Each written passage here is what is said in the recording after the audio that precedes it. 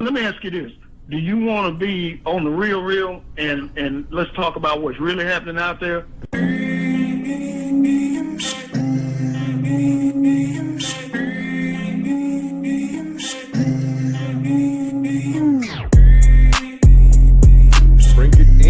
it in. Frankie Rob, what's going on with you, baby? Man, you already know everything's smooth here, man. How everything going with you in the fam, bro? Man, it's good, man. It's good, man. If you hear like a baby in the background, I got my nephew here, man. 2-year-old nephew, man. Kingston, man. So he might cry. I can't control his crying and stuff like that. So we're gonna have to just deal with it, man. It's just a blessing to have, have a nephew. So that's really good, man. So you say ain't nothing going on, man. Let's go hang into our very, very special guest, man. We have Coach. We have Coach Richard Wilson from Arkansas Baptist College. It's a JUCO in Arkansas, of course. And we on this episode, we're just gonna start from the beginning to the whole process of the JUCO process, man. We're just gonna get into it because a lot of times we don't talk about this kind of stuff, but this stuff happens every day for kids all across the country, man. Frankie Rob, what you thinking? It does. Yeah, you're right, it does, man. I know a couple of guys that's at the same college that the coach at right now, and watching their process firsthand end up where they are and how happy they are to be there, knowing that the coaching staff and the staff, there's not only are coaches, but got a history of doing things like this, of getting kids to D1s or Power 5 colleges, based on their word. So, I think it's a good situation to get into. I think people need to hear this, Yeah, so without further ado, introducing Coach Richard Wilson. How you doing, Coach? Doing good, Randy. How you doing, Frank? I'm doing good, sir. How you doing? Doing great. First off, I want to thank you guys for this opportunity to, just be able to get on your broadcast. And it means a lot to me, and it means a lot to our program. Oh, man, it means a lot to us, man, because we want to have, different aspects of all the aspects of sports in college, being a student athlete and stuff like that. So you're going to help us and enlighten us and open us up to a lot of things that we just do not know. Now, we really wanted you to get on here because I know for a fact that going through the recruiting process is stressful, not only for the kids, but for the parents as well. And Randy and I were both parents going through the process, or I'm still going through the process right now. But it's stressful. So if we can enlighten any parent or any child of ways they can get to where they need to go at, and get the biggest goal to me should be your education. I understand everybody want NFL, but the biggest thing is that you got opportunity to get your education. You should take advantage of that. And schools like you is one of the steps that some people have to take, So I appreciate you being on the show with us. Oh, yeah. So, Coach, give us your background. My background is, honestly, I never really envisioned myself at junior college level, but I always feel like the good Lord got things in store for you that you're not aware of if you just be patient. Yes, sir. My career kind of went backwards, man, in the sense that I started out as a high school coach. I played for the University of Arkansas, played for Lou Holtz. And when Lou made us talk, each senior had to talk to him, tell him what our goals were. And so I told him I wanted to coach. So he suggested going out into the high school ranks, which I wasn't too high on at first because I wanted to get into college like most of my other teammates wanted to. I ended up going into high school coaching in the state of Arkansas, coached at El Dorado, Arkansas for 2 years, then coached at a school called Jacksonville High School that was a military base, coached there for a year, and then one of my former coaches from Arkansas got the job at University of Missouri. So I got a chance to leave the high school ranks and go to University of Missouri. And quite honest with you, most of my 30 years have been in college coaching ever since that. I coached at the University of Missouri. I was a part-time coach there. I got my master's degree there. We didn't win a lot of games, but I was with a lot of good coaches at that time. Found out what relationships meant because I ended up after 3 years, didn't have a job, and actually called back for my old high school job. And then a guy who had passed through Missouri thought a lot of me, and he gave my name to a guy at a place called the Citadel on the East Coast in Charleston, South Carolina. So I went from no job in one day to a full-time job at the Citadel. And I was at the Citadel for going into my third year and then got the magic call back from the University of Arkansas where I played, got a chance to go back and coach there. Had a chance to go to the Cotton Bowl, coaching the Cotton Bowl, thought I was going to be at Arkansas the rest of my life. And then my head coach ended up taking the Clemson job. And I was smart enough to know that Clemson was a pretty good job even back then. And so I left Arkansas, went to Clemson. I was at Clemson 3 years, and I wanted to try to be a head coach. And at that time, the only way they were telling you could do it was to go somewhere and be a coordinator. So one of my friends had left Notre Dame and went to Eastern Michigan. So I ended up leaving a pretty good job at Clemson to go to Eastern Michigan. I was there with him 3 years. Things worked out well for him. He ended up getting a Louisville job, but I ended up going to Oklahoma State with a gentleman named Bob Simmons. Coached out there with him for a while, and some of the guys that were on that staff was Les Miles, was my coordinator, who was at LSU and now at Kansas. Mike Gundy, the present head coach at Oklahoma State, he was on that staff with me. And so we had a great opportunity to turn Oklahoma State around, and the Oklahoma State you see right now is not even close to the one we got in 1995. But I was happy to be a part of that process. And then when my head coach at Oklahoma State got let go, they brought Les back in, but Les wanted to make sure he got a new staff around him. He wanted to start from scratch. So Minnesota from the Big Ten wanted somebody that could recruit Texas. So my name got up to Minnesota, and so I ended up going up to Minnesota. And I was up there for 5 years, and then that ended up playing out on me. And of all things, I ended up volunteering as a head coach in an inner city school in Minneapolis. And that really was kind of a forerunner of me coming here to Arkansas Baptist, because Arkansas Baptist hadn't played football since the 1930s. And so I actually came here and started this program from scratch. The funny thing about Arkansas Baptist College is we're not a true junior college. We're a hybrid.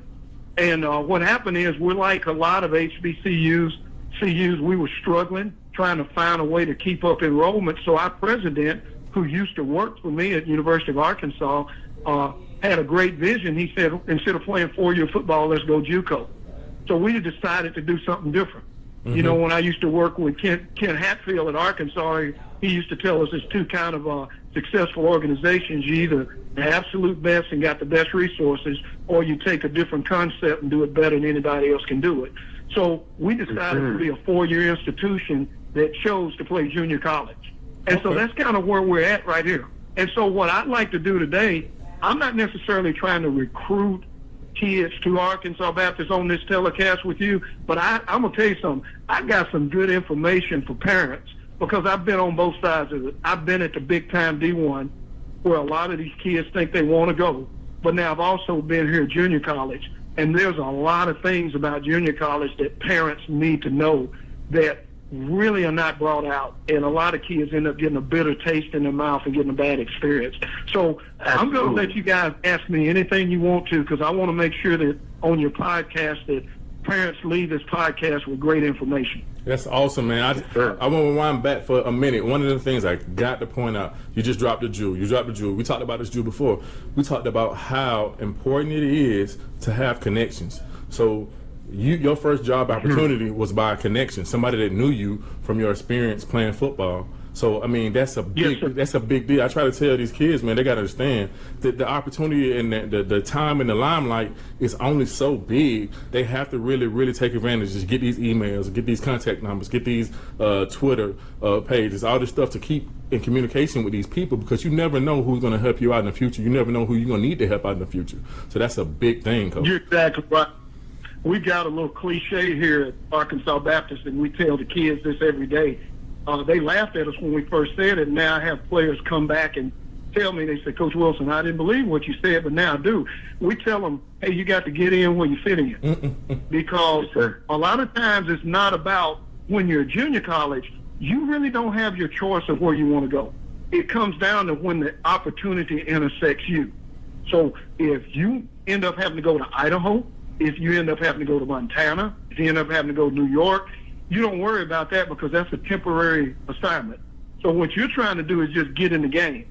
And wherever you land, you get in the game, you get in where you can fit in, and then you know how much money they spend in recruiting and scouting. They're going to find you if you're a good player. Oh, yeah. And so all you got to do is just make sure that you stay in the game.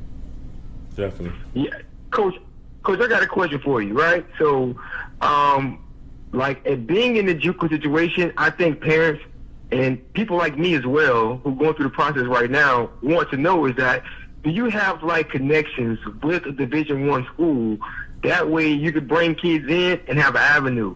I'm gonna tell you why I asked you that, Coach, because Dylan Pate, and also yes, Desmond Brown, yes, those two guys are from here in Jacksonville, played high school with my son at Trinity Christian and also Sandalwood High School, right? Yes. And they told them that you took them to Arkansas for a camp. And I thought that that was really big for them to actually be on that type of stage. That way they can get a chance to see what it feels like to be a college kid looking at a college school, you know? So, yes, like, do you have connections like that, or that's what you promote for kids to come to your school as far as, like, recruiting-wise? Yeah, I've got connections. The one thing I've always figured out, all a man has is his word. Mm-hmm. If you take his word away, you don't have very much. So I found out I don't lie to these kids because I've been on that other side, and it's not worth it. You know, my ninth grade teacher used to say, lie got short legs and can't run fast, and the truth don't catch up with it. So, you know, I don't lie to these kids when they come in, and what I tell them is, we get three kind of kids to come in here. We get the kid that a D1 school said, Richard, can we place this kid there? And we definitely come back and get him. Now, I've had trouble with that kid, and I'm going to tell you why. Because, again, I'm a hybrid. I'm not a true junior college. So my kids get a better education here than they would at junior college because we teach 4-year classes. That's a big A difference. lot of junior colleges don't teach all the 4-year classes they need. And so, but our price is a little bit more spendy. And so a lot of times I don't necessarily get that D1 placement guy. But the other two people I get is the guy who's academically can't go anywhere but junior college. And then the third guy I get is a guy that has some Division II offers and a few 1AAs, but in his heart, he believes if he gets just a little bit more exposure, he thinks he can get a D1 school to lock onto him. So, Those are kind of the three people that we service. Okay, so let me ask you a question. So, all right, so if I'm a kid, I don't have a high enough. I'm gonna ask you a couple of scenarios. You tell me yes or no. Can I go to a junior college? We would say junior. Yes, we'll say junior college versus hybrid. So if I'm a kid, I graduated with a diploma, but I don't have a high enough SAT score, ACT score. I can go to junior college, right? Yes, sir. So what if I don't graduate and I get a GED and don't even take the test? Can I go to junior college? See, that's where we're special. We take the GED. Okay. So our mission here at Arkansas Baptist is a little bit Wow. than other junior colleges. See, when we started this thing, the reason I use the word hybrid, we're trying to save young black men. Okay. That's our mission.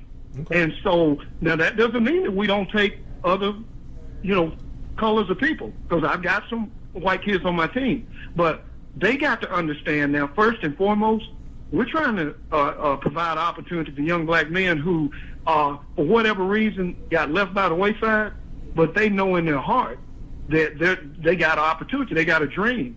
Now, I'm going to bring up a guy who's from Florida.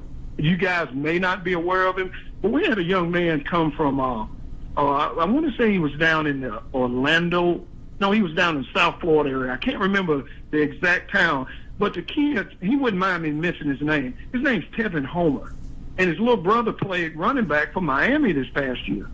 Well, Tevin came over here, didn't have any offers at all, okay? But he wanted to play football because in his heart, he felt like my best days are ahead of me. Well, Tevin came here, played hard for us. Tevin never was an impact player, went to class every day, never had any problem. I tried to make a coach out of him. Brought him in and talked to him, and Tevin said, Coach, it's just something in me. I'm just not ready to give up. I know I can play. I said, okay, Tevin. Now I said, if it don't work out, Coach Wilson got a coaching position for you. Tevin goes over, I want to say, to Florida Atlantic, walks on, okay, makes special team, and the next thing you know, now the kid had good size. He was about 6'2", about 213, okay, to run. Okay, but just never could put it all together. Well, he gets over there at Florida Atlantic. Next thing you know, he's on special teams. Next thing you know, he has a great senior year. Next thing you know, he's in the Washington Redskins training camp. Okay, Once the Redskins loved him so much as a person, they start calling around the league and they said, you know something, any other year we keep this kid. But we are just so loaded at DB, we can't keep him. And so they asked the Carolina Panthers to take him. So Tevin went and practiced on Carolina's squad for a year. Carolina wanted to re-sign him, but he wanted to play. So he goes up to Canada, and he plays in Canadian Football League a year. And now he's playing in that European League right now. Played this summer overseas. And so we often get stories like that where a kid just knows, hey, I just want somebody to give me a chance. Now, some of the people I compete against, Georgia militaries, East Mississippi, they don't have time for Kevin Homer because they think that they're going to get the top line on everybody. You got me? But there's a whole bunch of kids out there like Tevin that, I'm going to be honest with you, Tevin's probably going to end up back on somebody's NFL roster before it's all said and done.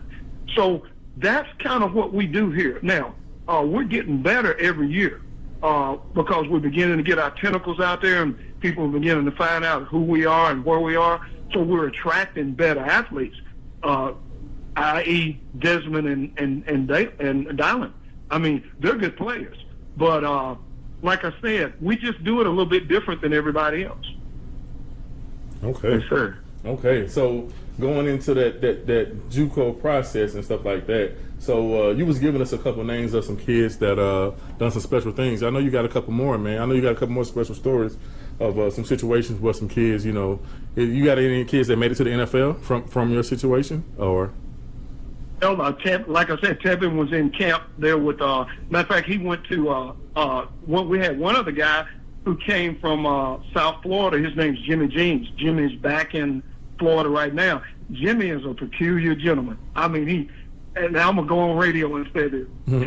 Jimmy, one of them guys that I got a daughter, and if Jimmy wanted to date my daughter, oh man, Jimmy would date. I mean, because here's a guy that came and talked to me in private, and I'm not gonna put all his business out there, but Jimmy is the guy who, if he hadn't left Miami, some bad things would have happened. Oh yeah, that's a lot of people. And so, and so Jimmy comes out here, and happy-go-lucky guy. We actually put Jimmy in a game because we had too many guys injured, and we ran out of people. And Jimmy just clowns in the game. I mean, Jimmy's 6'2", about 215, defensive back corner. Well, Jimmy plays 1 year for us, and then he goes to the New England Patriots. And Belichick loves him. Same situation, you know, and that's something I want kids to understand. It is so competitive when you get to that next level because that's why they call it professional. But Belichick loved him so much, he wanted to call around and say, son, all I need to do is just get you on another practice squad. I just don't have a place for you, but you're going to play for somebody. Well, Jimmy is one of those guys who appreciates where he came from, and he appreciates that somebody took opportunity with him. Football's not the most important thing to Jimmy. So Jimmy goes to Belichick and says, hey, Coach, thanks for the offer, but there's some kids I want to go back in South Florida and help. So Jimmy's back, and every time I look on Facebook, he's helping kids. He's at a school. He's posting this, posting that. Jimmy is one of the most peculiar young men I've ever met, but he might be one of the finest athletes I've ever coached. And I'm talking about when I was at Clemson. I'm talking about when I was in Minnesota. I'm talking about at Oklahoma State. This kid was special. Football was not the most important thing in his life. In his life, he felt like he had made it just making it up out of where he came from. And he wanted to go back and give back, and that's his passion. Wow. Yeah, that's hard. But so like I'm mentoring a couple kids that's in the process of coming from JUCO schools. Some of the situations that we have is kids not giving it their all in the classroom and not getting the right grades to or the right amount of classes to go on to the next level, or just them not being able to adjust to the JUCO, a lot of JUCO schools and a lot of JUCO situations because the funding is totally different. So it's like kind of do or die in some places. Like it's if you don't perform in the classroom, if you don't perform in outside on the field, kind of like sometimes your spot is up and you got to go. So I'm noticing some of that stuff, and then I'm just noticing a lot of parents they not following the kids, meaning it's not like recruiting anymore. On a recruiting visit, you go with your parents and you do all stuff like that. A lot of times in a JUCO situation, the kid does it himself. So they don't know that much. So they don't ask the right questions to get to that next level. So that's some of the things I've been dealing with. Let me ask you this. Do you want to be on the real and let's talk about what's really happening out there? Yes, we need to talk. We need to help. We need to help. So we need to talk about it from the bare minimum so everybody can understand. Like, so I want kids to understand this. I want a kid to have the opportunity to go wherever they can go, but they got to start that in the 9th grade. They really got to start that before that. And they got to understand, if they don't start that in the 9th grade and get their grades right and get their SAT score right, this is where they could end up. It's not the end all be all, and positive things come from it, but it's just a different life. So tell us the real. Yes, sir. Okay, I'm gonna tell parents the skinny, and some of it's gonna be real nasty, but I want them to know. When I was on that other side, say Clemson, Oklahoma State, Minnesota, I went into people's homes and I said, hey, I'm going to offer you a full athletic scholarship. I said, I'm going to pay for your books, your tuition. If you want to stay off campus, you can use that money and get yourself an apartment. I'm going to pay for your laundry bill. The NCAA is going to give me a stipend I can give to you where I can make sure that if you're from Florida and you come up to Minnesota, we can give you a $200 check where you can buy winter clothes. We're going to take care of everything. And then what's going to happen is when you apply for your financial aid, if you get any Pell money from the government, guess what? I'm going to show you how to open a bank account, and you're going to put that Pell money in the bank, and you're going to be able to help mom and daddy back home legally. Okay? Now, that's Division I. Okay? When I got to junior college, I've never seen more lying and conniving in my life. It really broke my heart. Because what happens is if a kid does not qualify, technically, there is no such thing as a scholarship.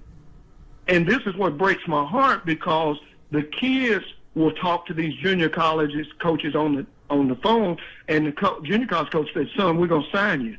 Well, that kid is under the illusion that the signing there is the same as if he went to Ohio State or if he went to Alabama. It ain't even close. It ain't, because what they're talking about is you do your financial aid package, and then we're going to take your financial aid money, and then that's going to be your scholarship.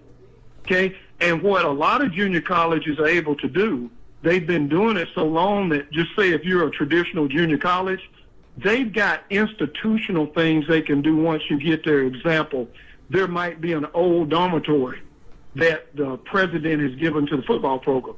So they can tell that kid that he's on scholarship, but basically, you know, on scholarship, what they're doing is they're comping your room. So in other words, because the athletic program has say-so over that athletic dorm, they got 20 beds in there or more where they can say every kid that we want to stay in here free can stay free.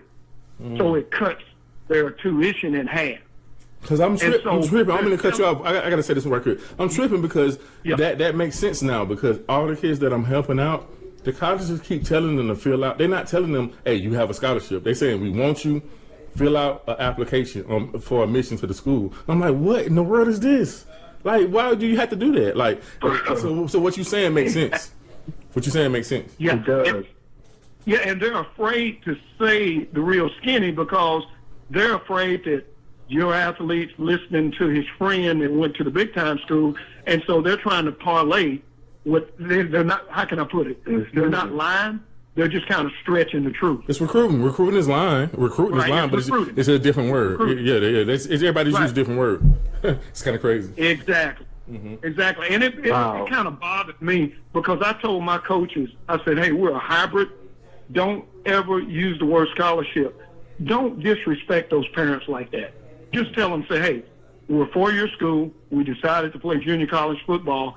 You got to do your financial aid here, just like you were coming to school regularly. Now, once you get here, we've got institutional aid things. Some of it may apply to you. Some of it may not. I said, but don't promise a kid something, and once you get here, then all we got is our word. And so a lot of the junior colleges that these kids are dealing with, they're really in it to win. And so basically what they're running in the summer is a game where they're bringing about 200 kids on campus. But Randy, Frank, realistically, they know they don't have but about 50 beds. And so what they're doing is they're doing trials.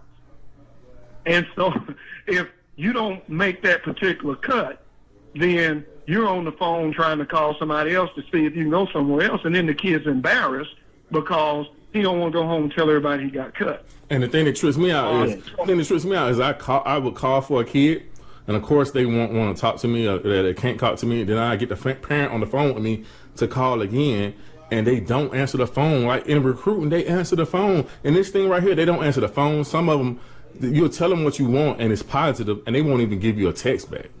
It's like you're like, man, they at least give me a text back saying I'm not going to talk to you. I'm busy or something, but they won't even give you a second to give you. They don't even have the time to give you a text back. It's just a different world. No, I'm telling you something based on what I'm hearing with your show, because I actually accessed one of your shows and listened to it before I had the opportunity to speak with you guys, and I was so impressed because the things you're talking about, you're actually giving a format to educate people.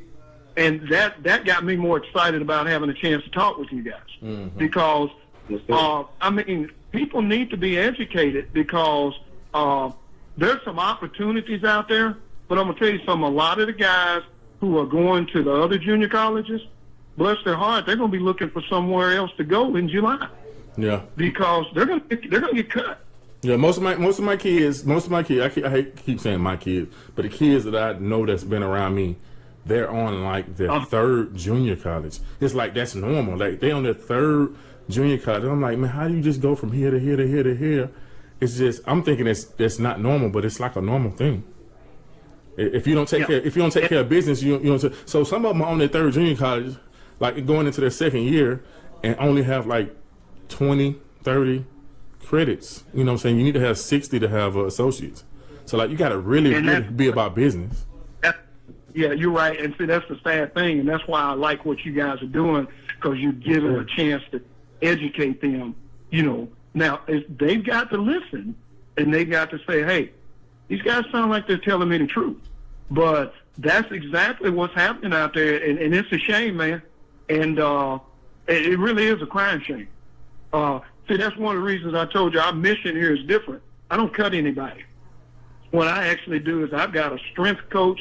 I've got a true redshirt program because I know the kids develop at different times. And so if a kid comes here and he wants to develop, we're going to work with him. Now, it might bruise their ego a little bit if they find out that it's somebody a little bit ahead of them for year one, but we're not going to tell them you need to go home because we don't have any place for you. That's what we do here. We try to work with them because we're looking for those Tevin Homers. We're looking for those Jimmy Jeans, those guys who develop late. And if we keep doing that, we're going to eventually get those kids who don't develop late. They were good when they got here, and somebody's going to pick them up right on time. But our mission is, at the end of the day, is we're trying to be an avenue to help people and to give them opportunity.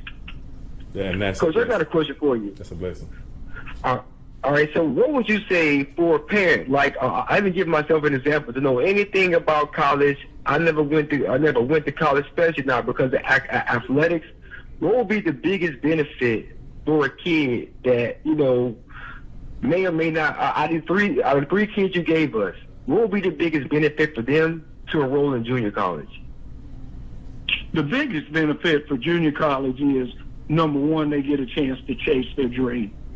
I mean, what is life without your dream? Oh, yeah. I mean, everybody tries to tell you, no, man, you shouldn't do this, do that. I mean, you only get a chance to be a young man one time. Yes. You know, and in those teen years. And so the biggest thing is you get a chance. The other thing is that you keep yourself in the game. Because I think the biggest tragedy that I've seen in junior college football is everybody thinks I've got to go ACC, I've got to go SEC, I've got to go Big Ten, I've got to go Big 12, I've got to go Pac-10. Yes, if you get that opportunity, Coach Wilson wants you to do that. But guess what? There's a lot of people in this country that play football. And there's a lot, and the NFL spends too much money scouting and they're going to find you. So all you got to do is stay in the game. And that's the thing that I really try to get out to these young men is that don't let your ego get bruised if you may be good enough to go to Ohio State. But guess what? That particular year, they may not have any openings for your position. That still doesn't mean that you're not a great player. So what you need to do is go where you can play because somebody will appreciate you and give you a chance to stay in the game. And the second thing is, it keeps you on track for your degree. Because you and I both know the kids don't think about nothing but I'm going to get to the league. But they're one play away from their livelihood. Thank you. They get a bad ankle. They get a bad knee. And next thing you know, man, they out of it.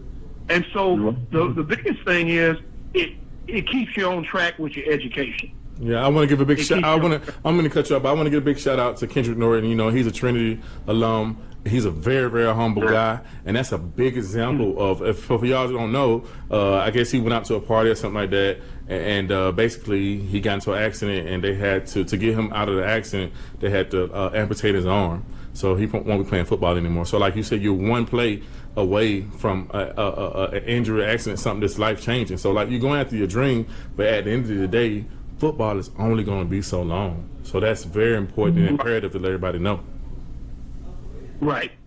Very important. Very good point, Coach. And that's one thing I also, like me and Randy, you know, we were talking because Randy was my coach when it comes to being a dad with a kid being recruited. I called him and one of my other friends for everything because I had no clue what to do with it.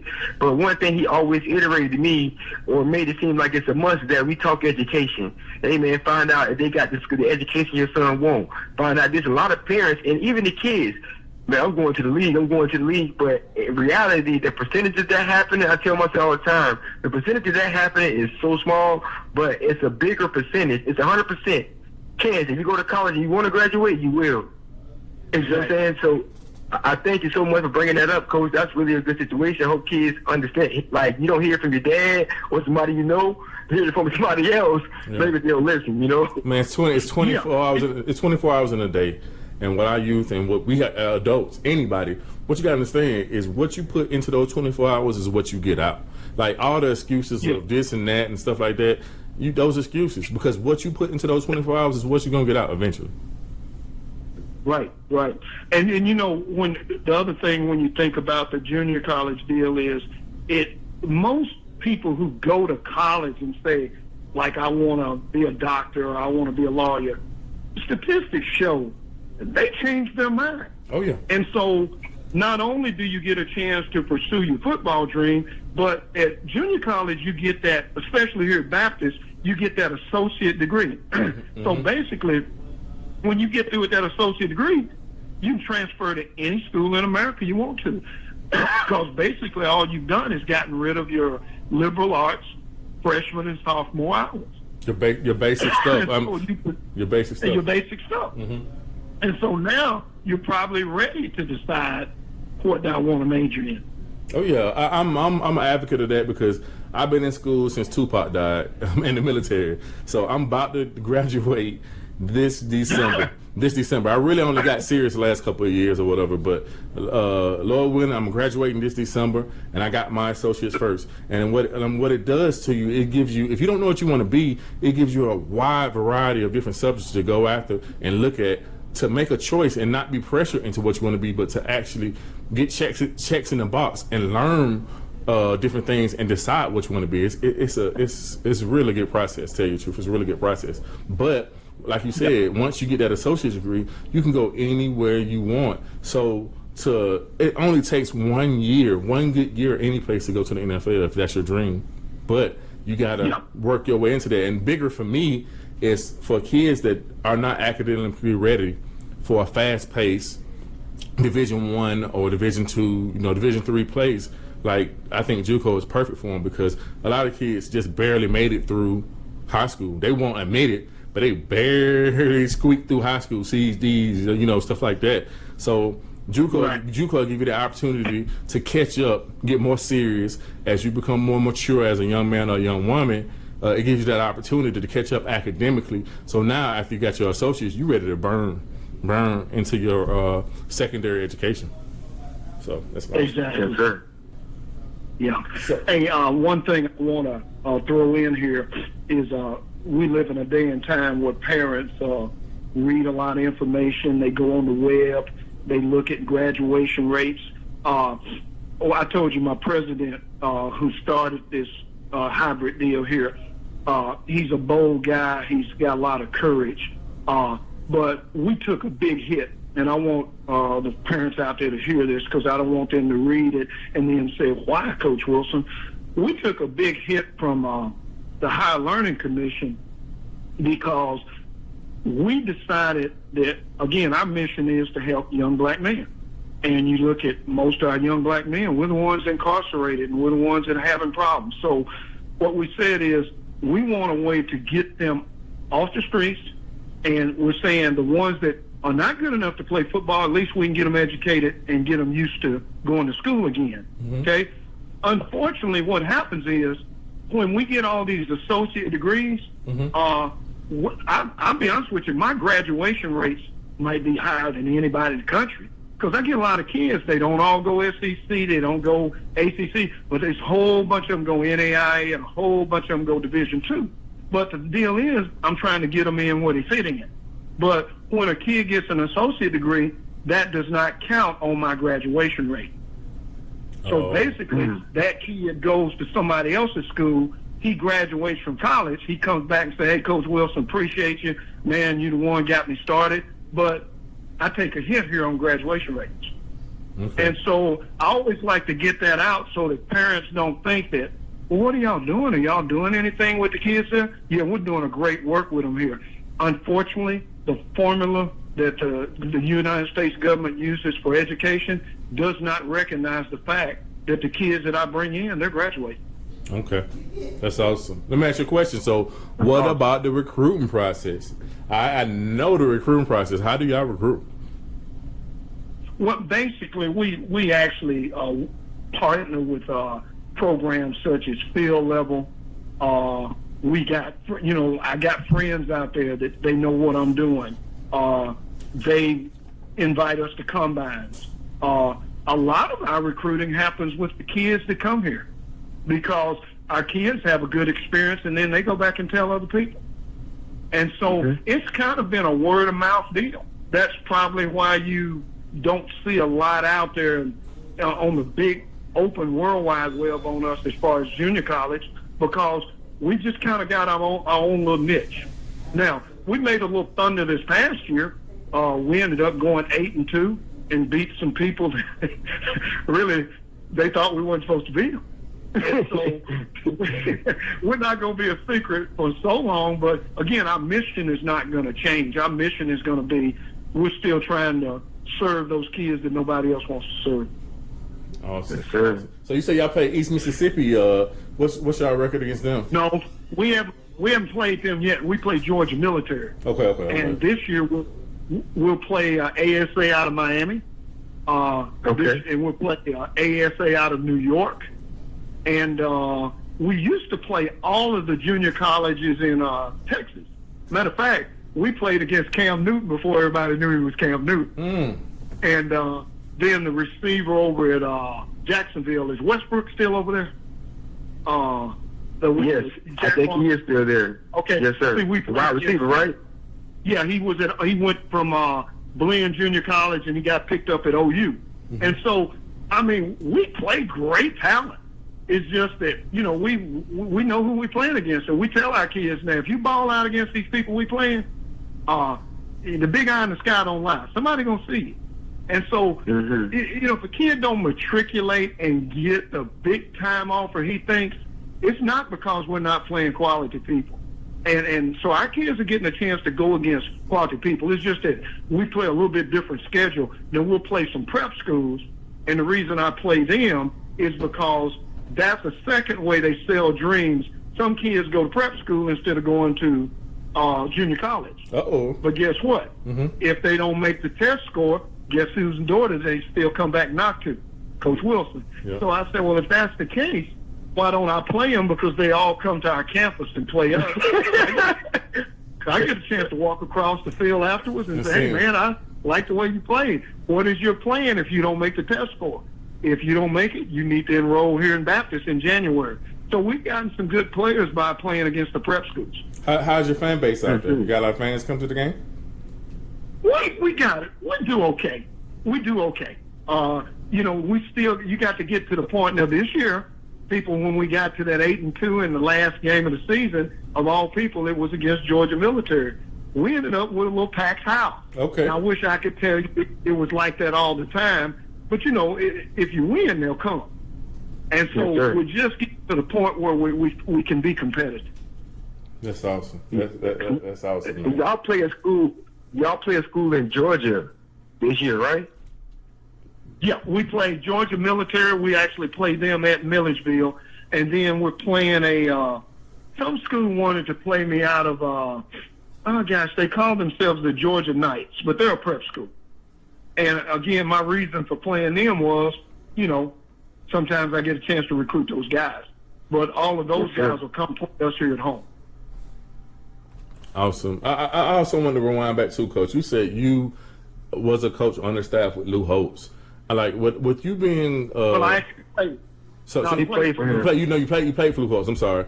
So you playing for a coach like Lou Holtz and being with all these coaches that are like national names. What are some things that you learned? Like Les Miles.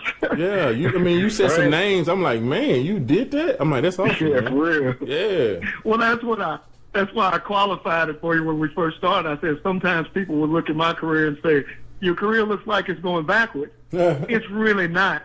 I've just always trusted the good Lord. Oh, yeah. And then that's his plan right now. Oh, that's his plan. But it's really been nice working with those guys. I mean, I can call them right now. I believe right now I can call Les, and Les going to take my call because we were in the trenches too much together. Mm-hmm. And so it's been a great opportunity. One of the guy over at Middle Tennessee State, Rick Stockstill, Rick and I were together at Clemson. I've been able to work with a lot of those guys, and unfortunately, it didn't happen for me at the level that they did. But I found this out a long time ago. If coaching is in your blood, and if you really, really love the game, when you turn your back to the sideline, you don't care if it's 100,000 people back there or if it's 300. Mm-hmm. If you're a ball coach, you're gonna coach ball. I hear you. And so that's what I found out is my love for the game is more important than me getting all toe down about the fact, well, I'm not in the Big Ten anymore. Because these kids deserve my best. Mm-hmm. And so I can't sit and worry about where I'm not at because they want my best. They want to feel like Coach Wilson is getting me prepared for the best thing that can come from me. And so, man, I still love the game. And so it's good to know I know those guys. Like Charlie Strong and I are real good friends. Charlie and I played. I was at a small college before I transferred to Arkansas. Charlie ended up playing at that small college, so he and I predated coaching, our relationships. We actually were old teammates. Wow. Another guy that was a teammate of mine who played in the NFL for a long time and just most recently was the head coach at Arkansas Pine Bluff is Monty Coleman. He played about 15 years with the Redskins. Monty and I are still good friends. So, yeah, a lot of the people that I've been blessed to be connected with, they're doing good things right now. So, and, I've got contacts with them. But, again, the bottom line is those boys trying to save their jobs. Their wives like them houses they living in.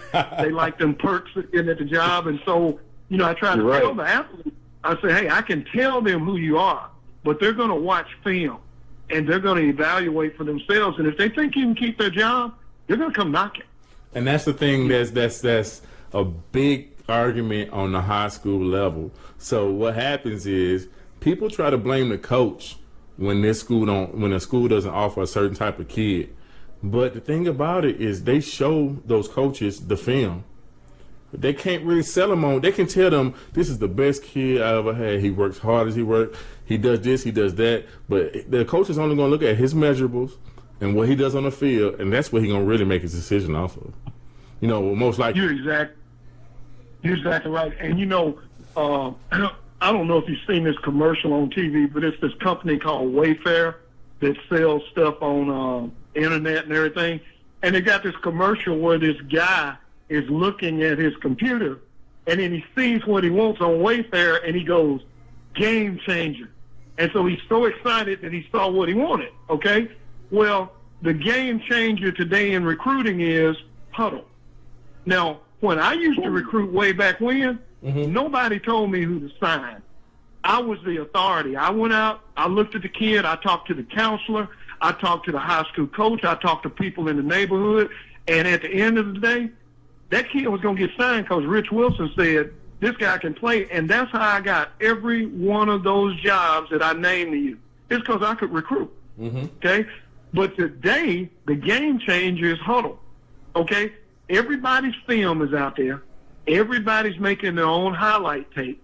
And so there's just an overflow of information out there to the point right now where sometimes I think the guy who works his butt off and won't quit and got the great, tremendous heart. Sometimes I think that guy gets overlooked. He does. Because everybody's looking at huddle and they think that they're an expert and they say, well, did you see this guy run? Did you see that guy hit? Yeah, but that doesn't tell you anything about his character. IQ, none of that. So what they do is they recruit a guy that fits the system, but once they get him on campus, they realize what he's missing. What he's missing, and that's why I keep telling Frankie Robb that's why Alabama and Clemson gonna always be up there, because people they don't recruit hard. Like, hard is something you cannot overlook. I just feel that way. Yeah, you're right. Hey, what is big, boy? Yeah, you can't overlook, man. So, like, me and my kids, I mean, this is totally off subject. Like, me and my kids get into this big argument about Michael Jordan, LeBron James, and, like, these today's stars in the NBA, even though it's a different topic or whatever. But these today's stars are so much about stats versus winning the game. Like, the ultimate thing is winning the game. It's not about the stats and what you do. So, like, why are you praising somebody for stats? It really doesn't make sense to me. But back in the day, it's about winning the game. Being that person to win that game. Right. They're just in a different time warp than maybe you or I were. Yeah. They process information a little bit different. Yeah, they do. Randy, I really feel like that a lot of people and kids, like, we love the game of basketball. So we saw the hard work that Michael Jordan put in, how he had to earn everything that he got. And you see the LeBron's get accolades before he got to the NBA. He was already a star before he got to the NBA, based on, like you saying, the huddle, the ESPN recording the guy's game.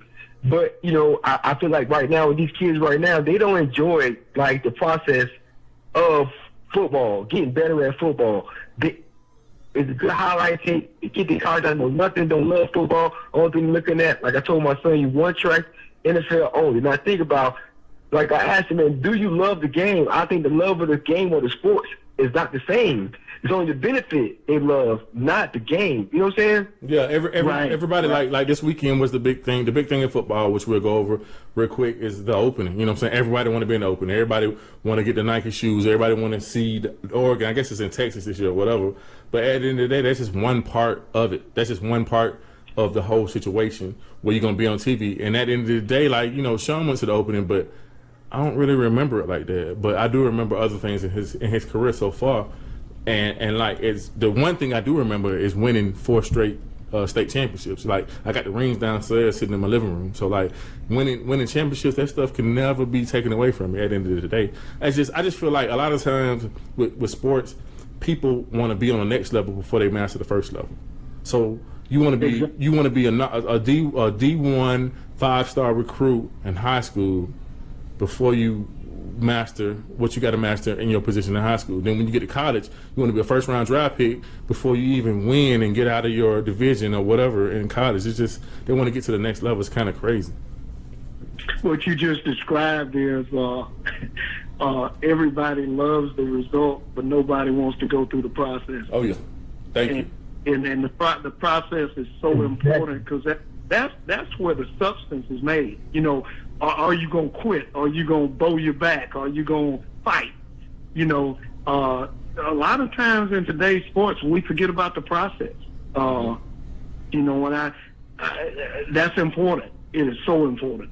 Yeah, and we so quick to give that next person the crown before they even do anything. And I'm guilty of it too, because I say Zion Williamson. I say Zion Williamson is going to be the next, LeBron James.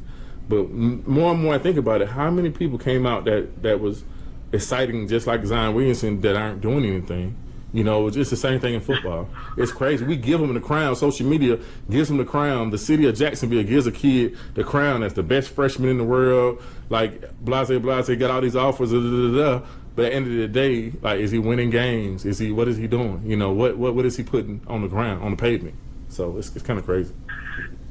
Right. That's what I'm saying, Randy. Like the fact that they throw out stars and offers to the kids and make them feel like they're elevated. Other kids feel less than, right? That they don't appreciate the hustle and the grind to get those type of accolades. Like I actually didn't get caught on one time. I caught 15 passes, all of them went for touchdowns. Like, but you get the limelight before any of that happens.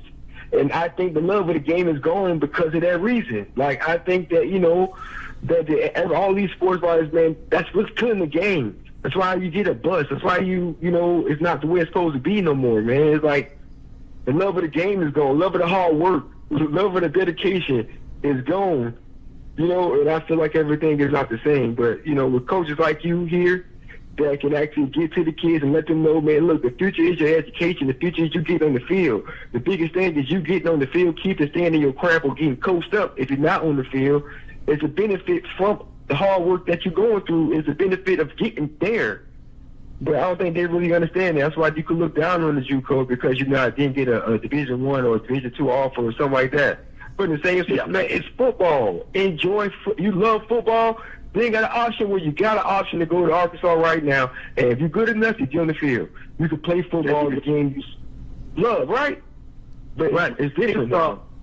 I try to explain it to them and tell them that basically this is a launching pad. You're not coming here to make this your home, but this is a launching pad to position you so that you can catapult to some places where they got opportunity for you. But you got to enjoy the process while you're here. Because the process is what's going to put you in a position to get where you really want to get to. And so I'm just saying, Coach, like, you plugged in. If you got a kid that's, had to get caught up with his academics or something like that, or it's a reason why he go to your school, I really, really feel like, and I'm going to send you some kids your way. I definitely am after this conversation. But I really feel like Absolutely. You got the plug to get them to where they need to be. So it's no problem. So in Jacksonville, we definitely going to get some kids your way. And you're not going to have an issue with that because we have kids down here that need that year or two to get their academic catch up. So we definitely going to send kids your way. So it was nice. And like you and Randy, don't forget about the kid that we also are an avenue for the kid that got left or fell through the cracks and just walking around Jacksonville, but still's not to the point where he's a grown man yet. But say he's still in that age group of 19 to 20, and he just don't have no direction, but he might be the one who's more ready than anybody because he's been out there and he's found out there's nothing else out there.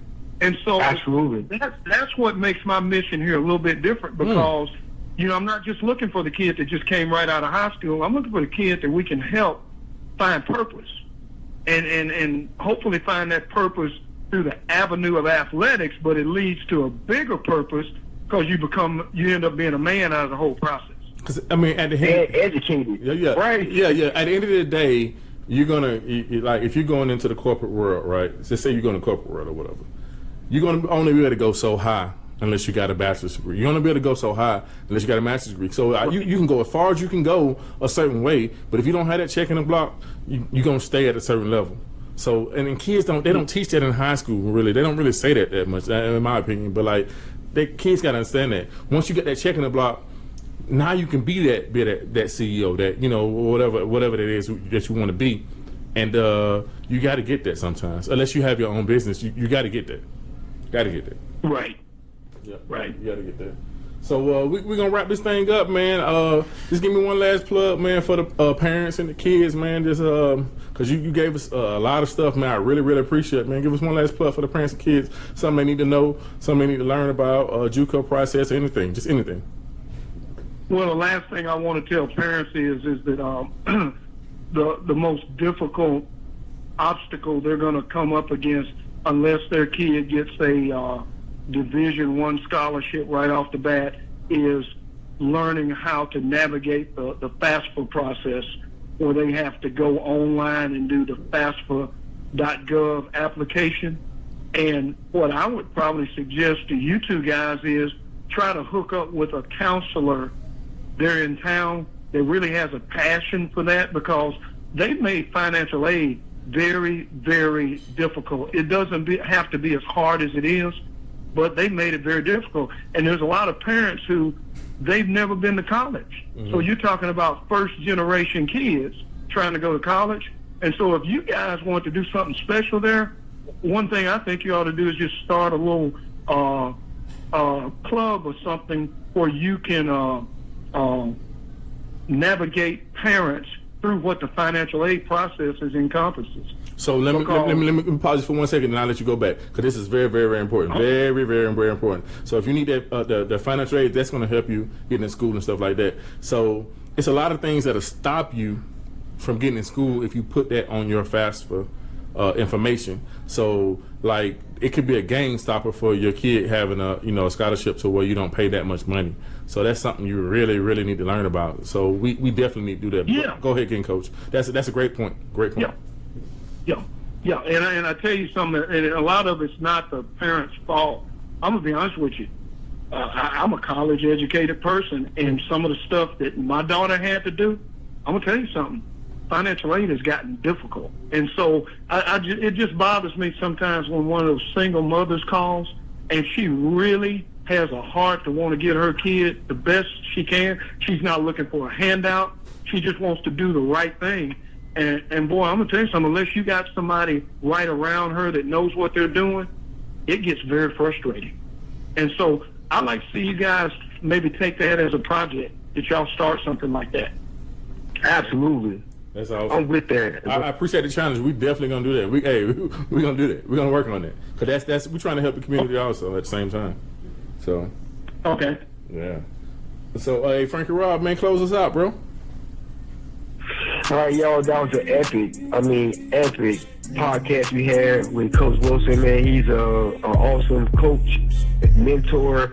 Like me talking to him today got me mentor. We want to thank y'all. Always feel free to drop questions, anything in the comment boxes, any kind of way, contact us.